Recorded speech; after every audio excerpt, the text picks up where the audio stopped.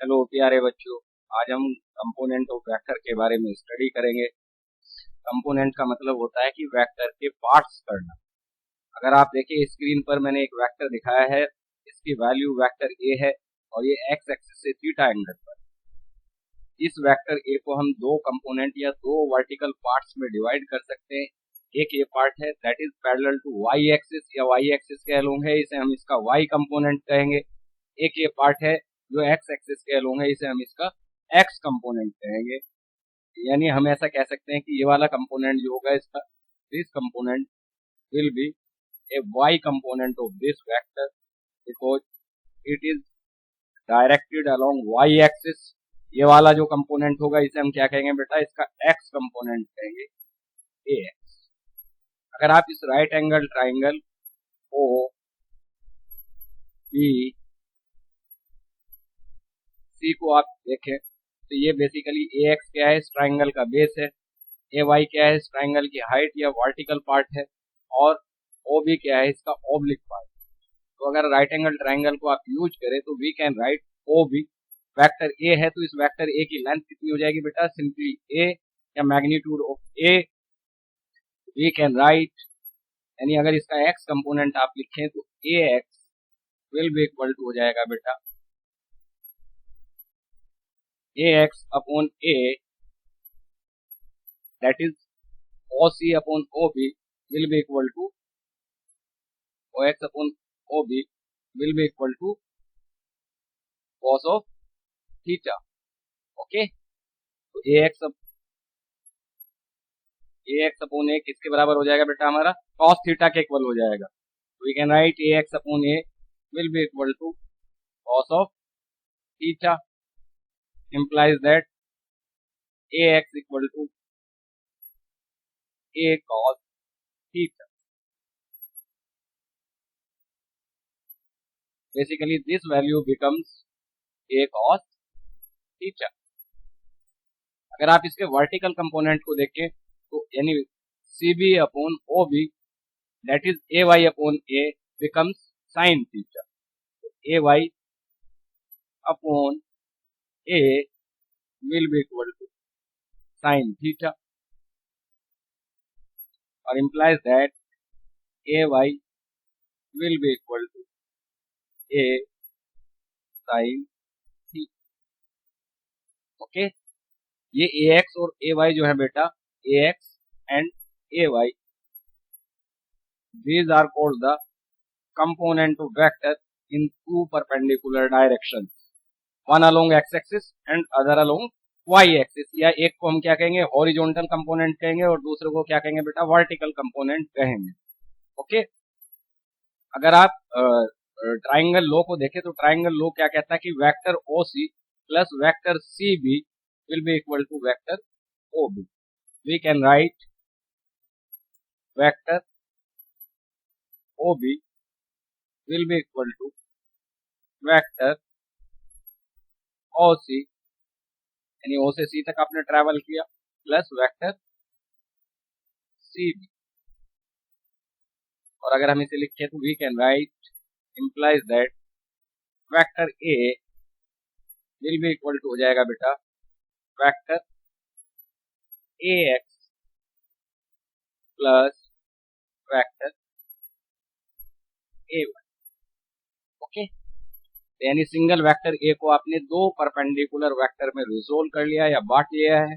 एक x axis कह लूंगे जिसकी वैल्यू क्या है, वेक्टर ए एक्स है। एक वाई एक्सिस कह लूंगे जिसकी वैल्यू क्या है, वेक्टर ए वाई है। वेक्टर ए एक्स की जो लेंथ है इसे हम क्या कहेंगे, या मैग्नीट्यूड है, इसे कहेंगे हम वेक्टर ए का एक्स कंपोनेंट। और जो वेक्टर ए वाई की लेंथ है या मैग्नीट्यूड है उसे हम क्या कहेंगे बेटा, वेक्टर ए का Y component.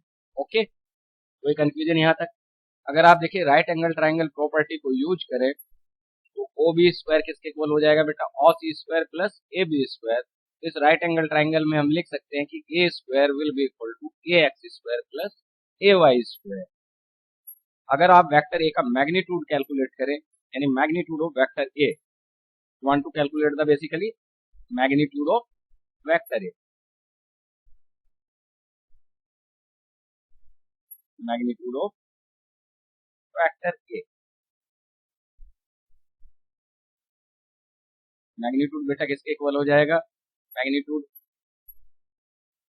A will be equal to हो जाएगा, सिंपली इसे हम ए भी लिख सकते हैं, that will be equal to component of X, X component का स्क्वायर प्लस वाई कंपोनेंट का square, that is A x square plus A Y square. Using the value of ax and ay, we can calculate the magnitude of vector a. Okay. Second, we have to calculate the value of angle theta. अगर आप देखें, मैं previous page में वापस आता हूँ, तो theta किसके इक्वल हो जाएगा, यानी tan theta will be equal to हो जाएगा vertical part upon horizontal part. तो यहाँ से हम क्या कर सकते हैं, वेक्टर की डायरेक्शन भी बता सकते हैं. ये direction of vector A, direction of vector A, direction आप यहाँ से बता सकते हैं from triangle tan theta will be equal to हो जाएगा vertical component that is A Y upon horizontal component that is A x, और we can write theta equal to tan inverse A Y upon A x. अब हम इस पे कुछ example बेटा consider कर लेते हैं. सपोज कीजिए, एग्जाम्पल इस पे देखिए किस तरीके से आप इसे रिजोल्व करेंगे. मान लीजिए कोई ब्लॉक है और इस पर एक फोर्स लगा है F equal to 20 newton, right. और ये मान लीजिए हॉरिजॉन्टल से 30 डिग्री के एंगल, तो कहेगा calculate the component along of vector F along this axis as well as along this axis, right. तो अगर आप देखें तो ये कंपोनेंट बेटा कितना हो जाएगा इसका, दिस कंपोनेंट, ये वाला कंपोनेंट कितना हो जाएगा इसका, ये कंपोनेंट हो जाएगा बेटा इसका एफ एक्स, यानी एक्स एक्सिस के अलोंग है ये, और ये वाला कंपोनेंट इसका कितना हो जाएगा बेटा एफ वाई. आप यहां से लिख सकते हैं एफ एक्स सिंपली किसके इक्वल हो जाएगा, F X equal to F cos theta, और एफ की वैल्यू रख दीजिए आप, एफ की वैल्यू कितनी है बेटा 20, और multiply by cos of 30 degree. अगर आप cos 30 डिग्री की वैल्यू रखेंगे तो ये आती है बेटा √3/2, तो 20 मल्टीप्लाई बाई √3/2, और that becomes tan of √3. Okay बेटा, कोई कंफ्यूजन यहाँ तक. अगर इसका y कंपोनेंट कैलकुलेट करें तो y कंपोनेंट बेटा इसका आ जाएगा F y will be equal to F sine 30 degree, और that becomes 20 multiply by sine 30 की वैल्यू पुट कर देते हैं 1/2, दैट बिकम्स 10 न्यूटन. यानी आपने बेटा क्या किया, इसे हमने इसे दो परपेंडिकुलर कंपोनेंट में रिजोल्व कर लिया. कंपोनेंट में दिखा देता हूँ इसके, ये हुआ इसका एक्स कंपोनेंट और ये वाला हुआ इसका वाई कंपोनेंट. ओके, तो अगर आप देखें इसे बेटा, इसका एक्स कंपोनेंट कितना हुआ हमारा बेटा, ये वाला इसका एक्स कंपोनेंट आपने निकाला, ये कितना हुआ था एफ एक्स, हॉरिजॉन्टल एक्सिस के अलोंग था, that will be equal to tan√3 newton, और ये इसका वर्टिकल कंपोनेंट था बेटा, that will be equal to 10 newton. This is basically F. Okay, F. इस तरीके से हम क्या कर सकते हैं बेटा, वेक्टर के कंपोनेंट कैलकुलेट कर सकते हैं. हम कुछ और एग्जांपल और कंसीडर कर लेते हैं इसमें. ओके,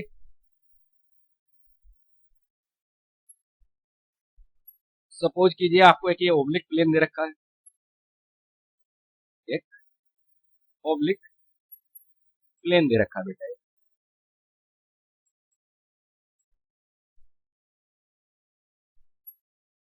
एक ओब्लिक प्लेन है. मान लीजिए ग्राउंड से क्या है, थीटा एंगल पर, और यहाँ पर एक बॉडी रखी है बेटा, जिसका मास क्या है m। ओके, तो कहेगा कैलकुलेट द कंपोनेंट। अगर आप देखें इसका, इस पे बेसिकली इसका वेट एक्ट करेगा नीचे की तरफ वर्टिकली डाउनवर्ड m। वो आपसे कह सकता है कि इस mg के कंपोनेंट कैलकुलेट कीजिए अलोंग द प्लेन और परपेंडिकुलर टू द प्लेन, यानी इस प्लेन के अलोंग क्या कंपोनेंट होगा इसका, और इस प्लेन के जो परपेंडिकुलर डायरेक्शन है इसके अलोंग इसका कंपोनेंट, यानी ये प्लेन से परपेंडिकुलर की डायरेक्शन। तो अगर आप देखें बेटा, ये एंगल हमारा कितना है, थीटा है। ये वाला एंगल कितना हो जाएगा बेटा, 90 डिग्री, दैट बिकम 90 डिग्री। तो ये वाला एंगल कितना हो जाएगा, 90 माइनस थीटा। तो अगर आप यहाँ से एक परपेंडिकुलर ड्रॉ करें इस प्लेन के, तो that angle becomes theta. Okay, तो अगर आप देखें बेसिकली सिचुएशन इस तरीके की है कि ये आपका प्लेन हो गया, राइट। तो अगर आप इस पे सिचुएशन देखते हैं तो प्लेन हो गया यहाँ पे ये इस तरीके से, और ये वाला एंगल हमारा बेटा कितना था, थीटा। ये एंगल हमारा कितना है, थीटा। तो इतना एंगल ये होगा बेटा, बेसिकली हमारा वेट भी क्या करेगा, इसी एंगल पर वेट इधर की तरफ एक्ट करा mg,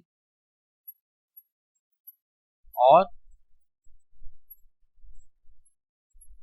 ये वाला जो एंगल है बेटा हमारा, ये दिस एंगल बिकम्स थीटा। तो आप इस mg के दो कंपोनेंट कर सकते हैं, एक तो ये वाला कंपोनेंट होगा इसका, दिस इज बेसिकली बेस कह लोगे तो कितना हो जाएगा mg cos थीटा, और एक इस प्लेन के पैरेलल हो जाएगा नीचे की तरफ, that is mg sin theta.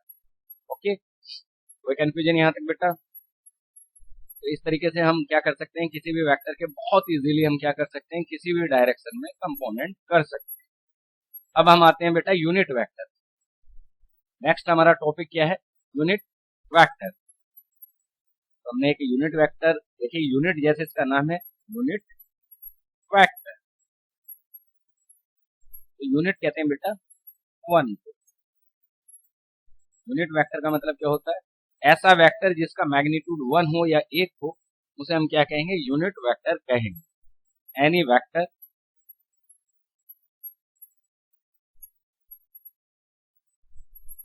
Having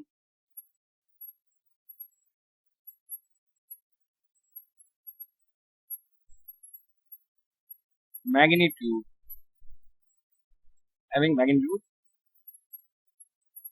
equal to 1 is called unit vector. कोई कंफ्यूजन यहाँ तक बेटा। यूनिट वेक्टर को जो हम रिप्रेजेंट करेंगे उसे एक अनदर सिंबल से हम रिप्रेजेंट करेंगे। मान लीजिए एक एक यूनिट वेक्टर है, तो इसके ऊपर आप एक इन्वर्टेड कैप करना है, that is read as unit vector A. Unit vector A, हम क्या पढ़ेंगे, यूनिट वेक्टर ए। इसी तरीके से अगर बी के ऊपर इन्वर्टेड कैप लगा हो तो इसे यूनिट वेक्टर बी पढ़ेंगे। कोई कंफ्यूजन यहाँ तक। आप देखिए इस यूनिट वेक्टर का बेटा रोल क्या है, role of this unit vector, what is the role of this unit vector. इसका रोल ये है बेटा, अगर आपको किसी पर्टिकुलर डायरेक्शन में किसी भी मैग्नीट्यूड का वेक्टर कैलकुलेट करना हो तो उस डायरेक्शन में हम क्या करेंगे, इस यूनिट वेक्टर से मल्टीप्लाई करेंगे। ओके, सपोज कीजिए कि हमारे पास ये ax एक एक्स एक्सिस के along unit vector, x axis के अलोंग या पॉजिटिव एक्स एक्सिस के अलोंग एक यूनिट वेक्टर, और इस डायरेक्शन में हम क्या करते हैं, कोई भी वेक्टर लिखना चाहते हैं जिसकी मैग्नीट्यूड मान लीजिए 20, तो हम इसे इस तरीके से लिखेंगे, यानी vector A will be equal to magnitude of vector A multiply by A unit vector in the direction of vector, that is we can write 20, magnitude इसका 20 दे रखा है बेटा, मल्टीप्लाई बाई ए। तो सिंपली हम क्या लिख सकते हैं, यानी हमने दो वेक्टर को क्या किया, अलग अलग पार्ट में डिवाइड कर दिया। फर्स्ट पार्ट इसके मैग्नीट्यूड को बताएगा और सेकंड पार्ट क्या करेगा, इसकी डायरेक्शन को बताएगा। यानी we can write vector equal to magnitude of vector. किसी भी वेक्टर को हम कैसे लिख सकते हैं, magnitude of vector multiply by unit vector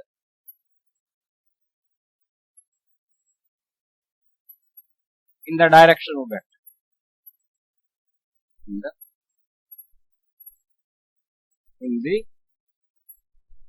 direction of vector. Okay बेटा,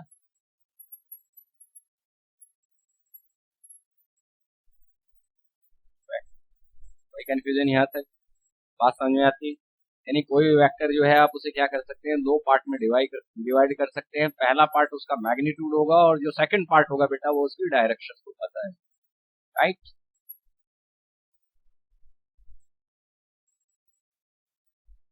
सेकंड पार्ट क्या होगा बेटा, उसकी डायरेक्शन को पता है। अब इसमें हम कुछ एग्जांपल कंसीडर कर लेते हैं। सपोज कीजिए, पहले देखिए, मान लीजिए हम दो डायमेंशन स्पेस को पहले कंसीडर करते हैं। मान लीजिए बेटा ये आपका वाई एक्सिस है और ये एक्स एक्सिस, ओके। तो this is basically x axis और हॉरिजॉन्टल एक्सिस, और ये वाला बेटा क्या है, वाई एक्सिस है, और ये एक दूसरे के परपेंडिकुलर है, राइट। तो एक्स एक्सिस के अलोंग, पॉजिटिव एक्स एक्सिस के अलोंग जो यूनिट वेक्टर होगा उसे हम क्या करते हैं, आई कैप से डिनोट करेंगे, और पॉजिटिव जो वाई एक्सिस है इसके अलोंग यूनिट वेक्टर जो होगा उसे हम किससे डिनोट करेंगे बेटा, जे कैप से डिनोट करेंगे। सपोज कीजिए कोई वेक्टर इस तरीके से लिखा है कि vector B equal to 5 I cap. इसका मतलब यह है बेटा, इस वेक्टर बी का जो मैग्नीट्यूड है वो कितना है, 5 है, और डायरेक्शन इसकी क्या है, पॉजिटिव एक्स एक्सिस। कोई डाउट यहाँ तक? इसी तरीके से अगर कोई वेक्टर ऊपर की तरफ है तो उसकी वैल्यू क्या होगी, उसकी वैल्यू के साथ एक मैग्नीट्यूड आएगा और एक यूनिट वेक्टर जे कैप आएगा। कोई कंफ्यूजन यहाँ तक? आई कैप हमारा क्या है बेटा, आई कैप हमने लिया unit vector along positive x axis, okay, और हॉरिजॉन्टल एक्सिस। और इसी तरीके से जे कैप क्या होगा बेटा, आपका यूनिट वेक्टर होगा अलोंग पॉजिटिव वाई एक्सिस। कोई डाउट यहाँ तक? ये भी एक यूनिट वेक्टर है पॉजिटिव वाई एक्सिस के अलोंग, राइट। तो अगर मान लीजिए कोई भी वेक्टर है, हम पहले से आते हैं, मान लीजिए ये वेक्टर था हमारा बेटा ए, तो हम इस वेक्टर को कैसे लिख सकते हैं, ये इसका बेटा, this is the x component of vector, that is A x. और यहाँ से अगर वाई एक्सिस पे परपेंडिकुलर आप ड्रॉ करेंगे, that is y component of vector, यानी ए वाई, और simply this is A. In terms of unit vector, vector A can be written as, vector A will be vector A का x component multiply by A unit vector along x axis plus vector A का Y component multiply by A unit vector along Y axis. कोई confusion यहाँ तक? For example, मान लीजिए कोई force आपको दे रखा है एफ इक्वल 3 आई कैप प्लस 4 जे।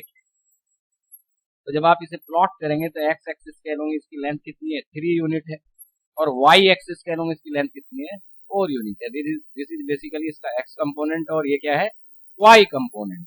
अगर इसका मैग्नीट्यूड आपको निकालना हो तो अगर आप देख रहे हैं ए एक्स और ए वाई एक दूसरे के परपेंडिकुलर है, तो इसका अगर वेक्टर ए का आप मैग्नीट्यूड कैलकुलेट करें, मैग्नीट्यूड ऑफ वेक्टर ए, इस तरीके से हम इसे लिखेंगे, और simply A that can be equal to हो जाएगा अंडर रूट, पहले की तरीके से ही हमने तो सीखा, ए x square plus A Y square.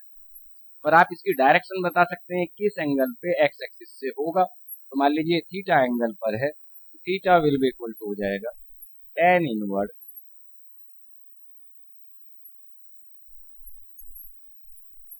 A Y upon A X, यानी वर्टिकल कंपोनेंट को आप क्या करेंगे, हॉरिजॉन्टल कंपोनेंट से डिवाइड करेंगे और उसका tan इनवर्स लेंगे।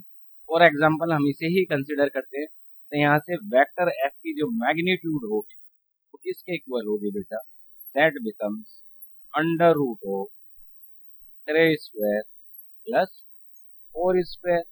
और अगर आप इसे सोल्व करें तो बेटा that becomes under root of 9 plus 16 और that becomes under root of 25 और that becomes 5। तो आप ये बता सकते हैं वेक्टर एफ की मैग्नीट्यूड कितनी होगी 5। अगर आपको थीटा की वैल्यू बतानी हो बेटा, हम थीटा की वैल्यू बता सकते हैं इसकी। तो थीटा कितना हो जाएगा वो मैं यहाँ पे लिख देता हूँ। Theta will be equal to हो जाएगा, यानी एक्स एक्सिस से कितने एंगल पर होगा, theta will be equal to tan inverse of y component इसका कितना है बेटा 4 है, 4/3। तो इस तरीके से इजीली आप क्या कर सकते हैं, किसी भी वेक्टर के कंपोनेंट कैलकुलेट कर सकते हैं। या कंपोनेंट अगर आपको गिवन है तो आप क्या कर सकते हैं बेटा, आप उसकी डायरेक्शन बता सकते हैं। आप सपोज कीजिए कि मान लीजिए आपको किसी इस तरीके का वेक्टर दे रखा है उसने, यानी vector a equal to 2i cap plus 3j cap. वह कहेगा calculate unit vector, calculate unit vector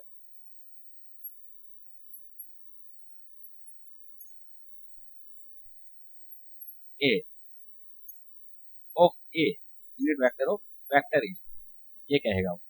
तो यूनिट वेक्टर निकालने का तरीका देखिए क्या है बेटा, यूनिट वेक्टर a कैप किसके इक्वल हो गया अगर आप देख रहे हैं तो vector a divided by mode of vector a।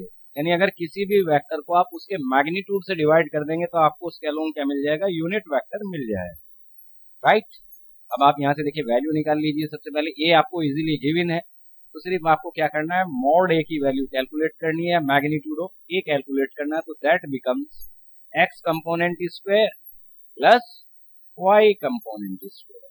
x component कितना है बेटा 2 स्क्वायर और प्लस y कंपोनेंट कितना होगा 3 स्क्वायर। अगर आप इसे सिंप्लीफाई करें तो that becomes 4 plus 9 and that becomes under root of 30। यहाँ से आपने वेक्टर a की मॉड वैल्यू या मैग्नीट्यूड कैलकुलेट कर दिया है। इस इक्वेशन में से पुट कर दीजिए, a का यूनिट वेक्टर आ जाता है। Vector a equal to a की वैल्यू कितनी है बेटा 2i cap plus 3j cap divided by under root of 30। Okay, अब आपको मान लीजिए कोई भी वेक्टर इस वेक्टर a की डायरेक्शन में कितने ही मैग्नीट्यूड का वेक्टर चाहिए। सपोज कीजिए vector b equal to m times a, here m is a number, m क्या है नंबर है, ठीक। इंटीजर हो सकता है और आपका फ्रैक्शन हो सकता है। तो यहाँ से आप क्या करेंगे, सीधे सीधे m की वैल्यू को इससे मल्टीप्लाई कर देंगे तो आपको इस वेक्टर b पता चलेगा, राइट। कोई कंफ्यूजन यहाँ तक। इसी तरीके से अगर मान लीजिए वेक्टर 3 डायरेक्शन में हो, यानी x एक्सिस के लोग हो, y एक्सिस के लोग हो या z एक्सिस के लोग हो, 3 डायमेंशनल वेक्टर हो, तो मान लीजिए वेक्टर कैसा है 3 डायमेंशनल। 3 डायमेंशनल के कंपोनेंट हम इस तरीके से लिख सकते हैं, यानी vector a will be equal to x component along x axis और इसका एक यूनिट वेक्टर से मल्टीप्लाई कर देंगे ax i cap plus y component of this vector और unit vector along y axis और plus z component of this vector and unit vector along z axis. यार k क्या है, यूनिट वेक्टर है आपका z एक्सिस के along या positive z axis के अलोंग, राइट। कोई कंफ्यूजन यहाँ तक। अब आगे चलते हैं हम बेटा। अगर मान लीजिए कहीं पे लिखा है जैसे vector b equal to minus 4i के, तो जो वेक्टर b का मैग्नीट्यूड है बेटा, मैग्नीट्यूड इसका कितना है 4 है अभी, और डायरेक्शन इसकी क्या है बेटा, वेक्टर b की जो डायरेक्शन है वो क्या है नेगेटिव x एक्सिस। यानी अगर किसी भी वेक्टर के पहले माइनस साइन लग जाएगा तो वो क्या करेगा, उस वेक्टर की डायरेक्शन को उलट देगा या 180 डिग्री रोटेट करा देगा। For example this is vector a। तो अगर आपको -a प्लॉट करना हो बेटा माइनस ए कैसे हो जाएगा, तो इसके जस्ट अपोजिट यानी इतना ही बड़ा वेक्टर आप लेंगे, डायरेक्शन इसकी जस्ट अपोजिट कर देंगे, दैट बिकम्स माइनस। अब मान लीजिए आपको वेक्टर इसी तरीके से दे रखा हो, यानी vector a equal a x into i cap plus A y into j cap plus A z into के कैप। तो सबसे पहले आप क्या करेंगे, वेक्टर ए का क्या करेंगे, मैग्नीट्यूड कैलकुलेट करेंगे। तो magnitude of vector A becomes, आप क्या करेंगे, सीधे सीधे आपको क्या करना है, एक्स कंपोनेंट, वाई कंपोनेंट और जेड कंपोनेंट को कॉन्सेंट्रेट करना है और इन तीनों के स्क्वायर करके ऐड कर देना है। A x square plus A Y square plus A z square, यानी using this equation you can calculate the magnitude of the vector. अगर आपको एंगल्स बताने तो ये एक्स एक्सिस से कितने एंगल पे है, सपोज कीजिए एक्स एक्सिस से इसका पॉजिटिव एक्स एक्सिस से एंगल अल्फा है पॉजिटिव, वाई एक्सिस से इसका एंगल क्या है, बीटा है, और पॉजिटिव जेड एक्सिस से इसका एंगल क्या है बेटा, गामा है। तो अल्फा बीटा गामा की वैल्यू भी आप निकाल सकते हैं। अल्फा बीटा गामा को हम कॉस की टर्म में एक्सप्रेस करेंगे, यानी कॉस अल्फा की वैल्यू कैलकुलेट कर लेंगे हम, कॉस बीटा की वैल्यू कैलकुलेट कर लेंगे और कॉस गामा। क्योंकि हमने कॉस लिया है तो इसलिए अल्फा बीटा गामा क्या कर रहे हैं, आपको इस वेक्टर की डायरेक्शन बताएंगे, एक्स एक्सिस से, वाई एक्सिस से और जेड एक्सिस से। तो इन्हें कॉस अल्फा, कॉस बीटा और कॉस गामा को हम क्या कहते हैं बेटा, डायरेक्शन कोसाइन, हिंदी में कहते हैं दिक कोज्य, इन्हें डायरेक्शन कोसाइन। तो डायरेक्शन कोसाइन कैसे निकालेंगे आप, कॉस अल्फा की वैल्यू निकालने के लिए आपको क्या करना पड़ेगा, cos of alpha will be equal to हो जाएगा बेटा x component of the vector divided by magnitude of the vector, यानी वेक्टर के मैग्नीट्यूड से डिवाइड करें। सिमिलरली cos बीटा किसके इक्वल हो जाएगा, cos beta will be equal to हो जाएगा y component of the vector divided by mod of vector. और इसी तरीके से cos गामा किसके इक्वल हो जाएगा बेटा, z component of the vector divided by mod of vector. इस तरीके से आप अल्फा बीटा और गामा की वैल्यू बता सकते हैं। अगर आप इन तीनों को स्क्वायर करके ऐड करें बेटा, cos square alpha plus cos square beta plus cos square gamma, तो ये इक्वल टू हो जाएगा बेटा, अगर आप देखें तो ये हो जाएगा ए एक्स स्क्वायर अपॉन मोड ए स्क्वायर, मोड ए को मैं सिंपली ये लिख लेता हूँ ए स्क्वायर यहाँ से, प्लस ये हो जाएगा ए Y square upon A square plus A z square upon A square.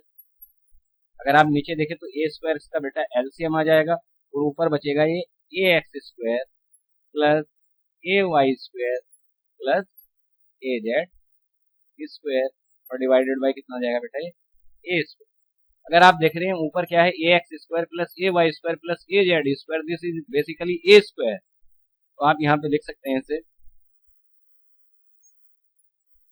implies that cos square alpha plus cos square beta plus cos square gamma will be equal to a square upon a square, और that is equal to 1, और cos square alpha plus cos square beta plus cos square gamma equal to 1। ये आपका formula बन जाता है, right. यानी अगर आपको अल्फा बीटा एक्स एक्सिस या वाई एक्सिस से दो से एंगल पता है तो आप तीसरे एक्सिस से एंगल इजीली इससे कैलकुलेट कर सकते हैं। अब देखिए how to add the vector, two और मोर वेक्टर, ये बहुत ही सुपीरियर मेथड है बेटा। इस केस में हम क्या करेंगे, बहुत सारे वेक्टर को एक साथ ऐड कर सकते हैं। फॉर एग्जाम्पल मान लीजिए वेक्टर आपको ए दे रखा है, इस तरीके से vector a equal to A x i cap plus A y j cap plus A z k cap. और इसी तरीके से कोई दूसरा वेक्टर है आपका, vector B equal to b x i cap plus B y j cap और plus B z k cap. तो अगर वो कहेगा कैलकुलेट वेक्टर ए प्लस वेक्टर बी, तो इसमें आपको कुछ नहीं करना, बहुत ही सिंपल है। इसका एक्स कंपोनेंट लेंगे आप और इसका भी एक्स कंपोनेंट, यानी एक्स कंपोनेंट को एक्स कंपोनेंट से ऐड करेंगे आप, वाई कंपोनेंट को वेक्टर ए के वेक्टर बी के वाई कंपोनेंट से ऐड करेंगे, और सिमिलरली वेक्टर ए के जेड कंपोनेंट को वेक्टर बी के जेड कंपोनेंट से ऐड करेंगे। We can write vector A plus B will be A x plus B x, इन दोनों को आप ऐड कर देंगे, ये हो गया total x component of this resultant vector A plus, और इसके साथ आ जाएगा आपका unit vector I cap plus, इसे लिख सकते हैं आप A y plus B y multiply by J cap, this is the y component of the this resultant vector A plus, और सिमिलरली इसे लिख सकते हैं आप बेटा A z plus B z into के कैप, ये क्या हो जाएगा इसका z component, this is basically x component, this is y component, this is z. ये मैंने दो का एग्जांपल लिया, अगर आप दो से भी ज्यादा वेक्टर है तो आप क्या करेंगे, इसी तरीके से ऐड करेंगे, यानी इन एडिशन या सम में आप क्या करेंगे, सम ऑफ एन वेक्टर अगर आपको दे रखी विल बी इक्वल टू हो जाएगा सिग्मा एक्स, सिग्मा एक्स का मतलब है एक्स कंपोनेंट का algebraic multiply by i plus sigma y, sigma y का मतलब क्या है बेटा, वाई कंपोनेंट का जितने भी वेक्टर हैं उनके वाई कंपोनेंट का समेशन या sum algebraic multiply by J cap plus sigma z multiply by K. Sigma x again मैं फिर से बता देता हूँ ये क्या है, जितने भी वेक्टर आपको दे रखे हैं सबके एक्स कंपोनेंट को आपको ऐड करना है, एडिशन एल्जेब्रिकली लेना है, यानी पॉजिटिव को पॉजिटिव कंसीडर करना है और नेगेटिव को नेगेटिव कंसीडर करना है।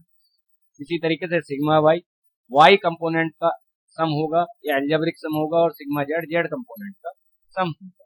फॉर एग्जाम्पल हम एक एग्जाम्पल कंसीडर कर लेते हैं, सपोज कीजिए ये आपका वेक्टर ए है, vector a equal to 2i cap minus 3j cap plus 4k cap, ये कोई दूसरा वेक्टर हमने ले लिया बेटा बी, ये मान लीजिए 4i cap plus j cap और प्लस k कैप, और फिर हमने मान लीजिए ले लिया वेक्टर सी, ये मान लीजिए हमारा है i cap plus j cap और माइनस 2k। तो अगर आप देखें ए एक्स का एक्स कंपोनेंट कितना है 2 है, बी का एक्स कंपोनेंट कितना है 4 है, और सी का एक्स कंपोनेंट कितना है बेटा यहाँ पे कुछ नहीं लिखा तो ये नजर आ रहा है, इसका मतलब ये 1 है। तो अगर आपको इनका रिजल्टेंट कैलकुलेट करना है, यानी you want to calculate the resultant vector R that is equal to the sum of vector A plus vector B plus vector C, आप सीधे सीधे करेंगे that will be equal to आ जाएगा, यानी A x plus B x plus C x, यानी A का x component उसमें ऐड किया आपने बी का एक्स कंपोनेंट, और सी एक्स का मतलब सी का एक्स कंपोनेंट, इन तीनों के एक्स कंपोनेंट को आपने ऐड कर लिया और multiply by unit vector i के प्लस ए वाई यानी वाई कंपोनेंट ए का प्लस बी वाई और plus c y into j cap और plus A z plus B z plus c z multiply by k component. Okay, अगर आप इसे simplify करेंगे तो ए एक्स कितना है बेटा 2 है, ए बी एक्स कितना है 4 है, सी एक्स कितना है 1 है, that is I cap is A x 2 आपका, बी एक्स 4 और सी एक्स यहाँ पे बेटा 1 प्लस ए वाई कितना है -3 है। अगर आप देख रहे हैं यहाँ पे dy कितना है बेटा, +1 है, और cy भी कितना है, +1 है, multiply by j plus third. अब आप जेड कंपोनेंट पे आते हैं, ए जेड कितना है, +4 है, बी जेड कितना है, 1 है, और सी जेड कितना है बेटा, -2। तो आप इसे लिखेंगे 4 + 1 -2 मल्टीप्लाई बाई के कैप। अगर आप इसे सिंप्लीफाई करें तो vector R equal to vector A plus vector B plus vector C will be equal to आ जाएगा 2 और 4 6 और 1 7, यानी that is 7 i cap. This term becomes -3 और +2, दैट बिकम्स -1 j कैप, और +4 और +1 5 -2, दैट बिकम्स +3। यानी this is the basically x component of the resultant vector, or this is -1 equal to y component of this resultant vector, and 3 is the z component of this resultant vector। तो इस तरीके से हम क्या कर सकते हैं बेटा, वेक्टर को इजीली ऐड और सब्ट्रैक्ट कर सकते हैं। ओके, कोई कंफ्यूजन यहाँ तक? एक क्वेश्चन हम सब्ट्रैक्शन का इसी तरीके से ले लेते हैं। मान लीजिए ये दे रखा है आपको, vector f1 equal 4 i cap -2 j cap plus 3 j cap. Okay, इसी तरीके से मान लीजिए वेक्टर f2 दे रखा बेटा आपको, -2 i cap plus 2 j cap और -j कैप। तो आपको बेसिकली मान लीजिए vector f1 minus vector f2 calculate करना है, तो पहले की तरीके से vector f1 minus vector f। मान लीजिए वेक्टर r है आपका, वेक्टर r हो गया बेटा इसके इक्वल, और दैट बिकम्स, बिल्कुल आपको क्या करना है, corresponding x component, y component और z कंपोनेंट को क्या कर देना, subtract. And you can write 4 -2। अगर आप देखिए इसका x कंपोनेंट कितना है बेटा, 4 है, और इसका x कंपोनेंट कितना है, -2 है, तो 4 में से -2 सब्ट्रैक्ट करते हैं, multiply by i cap plus, अब आते हैं यहाँ पे, अब ये है बेटा -2, x कम y कंपोनेंट इस पहले वाले वेक्टर का, और इसका y कंपोनेंट कितना है, 2 -2 -2 j कैप, और प्लस इसी तरीके से हो जाएगा बेटा यहाँ 3 -1 इंटू j कैप। अगर आप इसे सिंप्लीफाई करेंगे तो ये हो जाएगा 4 और +2, दैट बिकम्स 6 i कैप, और ये हो जाएगा बेटा -4 j कैप, और ये हो जाएगा +4 j। So easy. तो इस तरीके से हम क्या कर सकते हैं, वेक्टरों को ऐड और सब्ट्रैक्ट कर सकते हैं अगर हमें वो कंपोनेंट की फॉर्म में दिए गए। कोई कंफ्यूजन यहाँ तक? समझ में आता है बेटा, सब कुछ क्लियर? अगर कोई डाउट है तो आप हमें कमेंट कर सकते हैं। हमारी और वीडियो देखने के लिए हमारे चैनल को लाइक कीजिए और सब्सक्राइब कीजिए। Thank you for watching.